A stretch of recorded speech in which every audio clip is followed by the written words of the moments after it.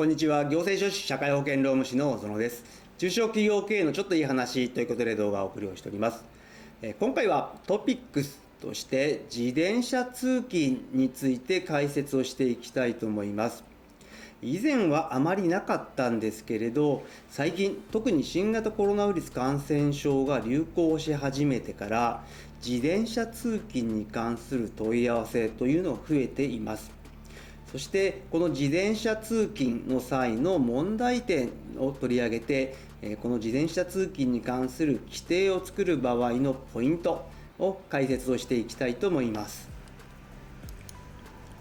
今回の概要ですけれど、まず1つ目として最近自転車通勤が非常に増えているという状況にあります。なぜ増えているのかといったところを見ていって、この自転車通勤をする場合の問題点3つにまとめてみました。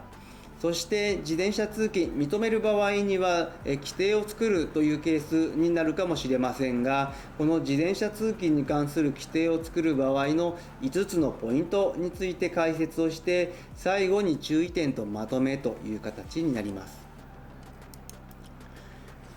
まずは最初に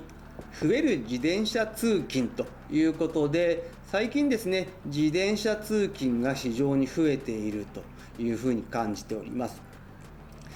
実際ですね、2023年の自転車販売台数というのは前年比では減少をして市場としては伸びてはいないんですけれど、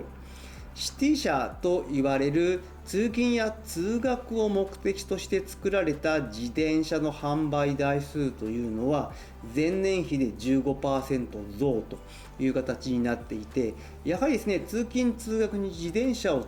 使うという方が非常に増えているように思います。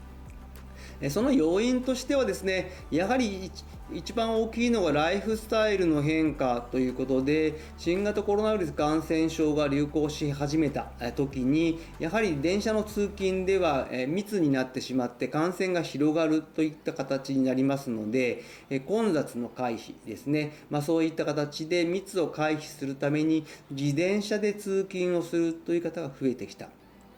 また最近は健康志向の高まりによって自転車を使うという方も非常に増えてきているところも一つの要因ではないでしょうか。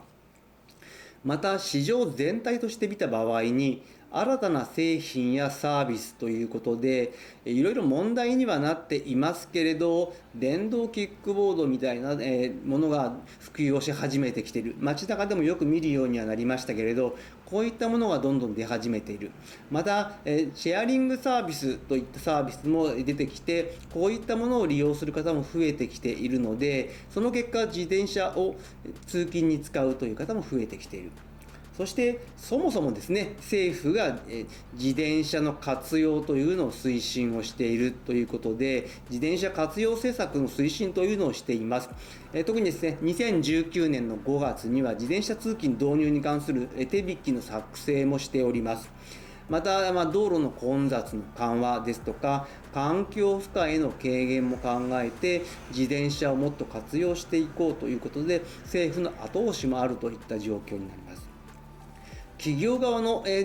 事情として見たときに健康経営というものがありますけれど、この健康経営の取り組みの一つとして自転車通勤を取り入れている会社が最近どんどん増えてきているというところもありますので、結果として自転車通勤は今すごく増えてきているといった状況では、この自転車通勤をする上での問題点ですけれど、大きく3つ取り上げてみました。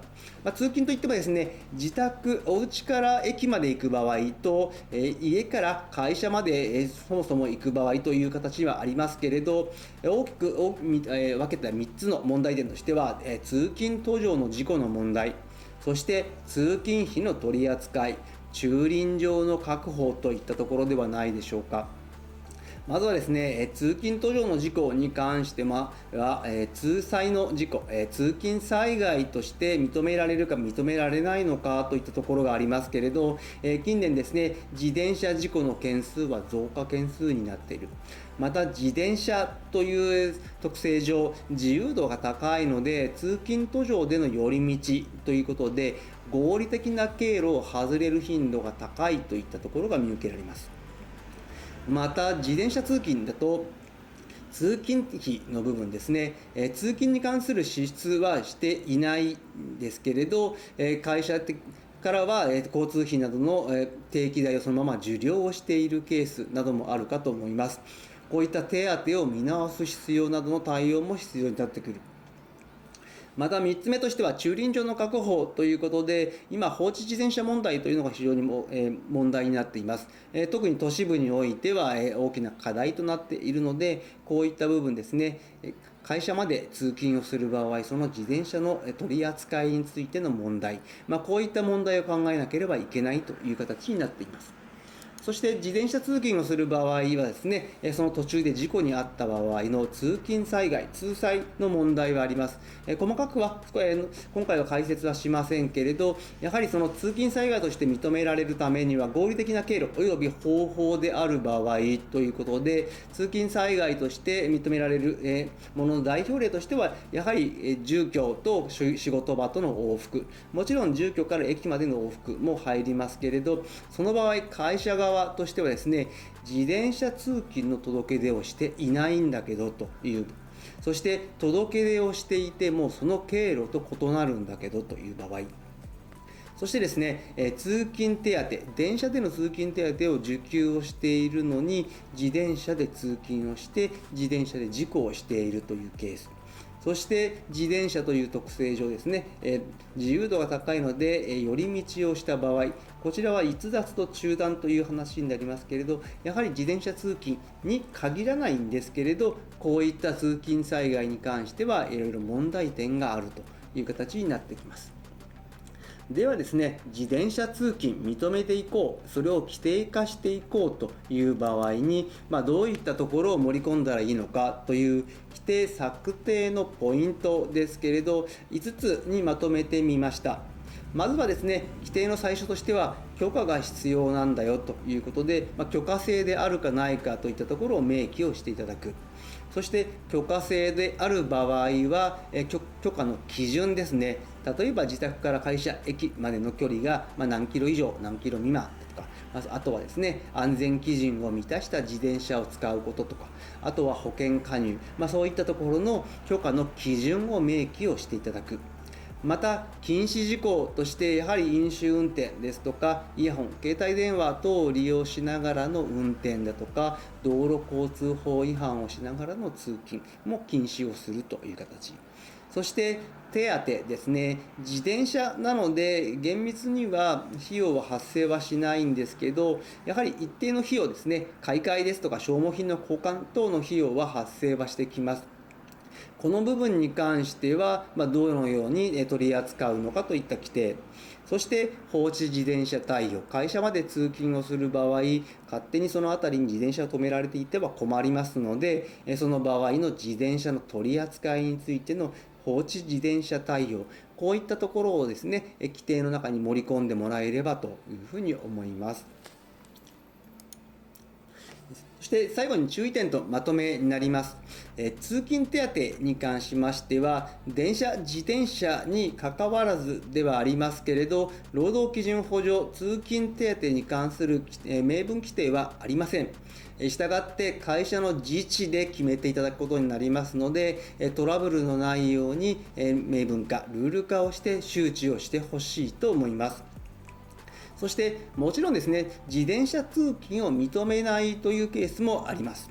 その場合はですね、逆に就業規則の中の服務規定の中にですね、自転車による通勤をしてはならないといったような規定を入れておくことも一つの手段かと思います。自転車通勤、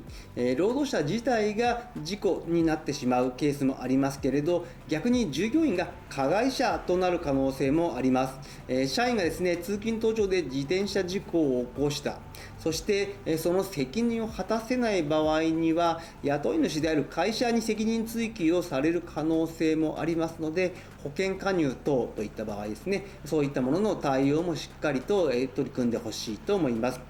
そうしてですね、自転車通勤、今の流れとしては増えてきているところになりますので、やはり今のうちにそういった状況の確認をした上で、自転車通勤に関する規定が必要かどうかといったところを判断をしてほしいと思います。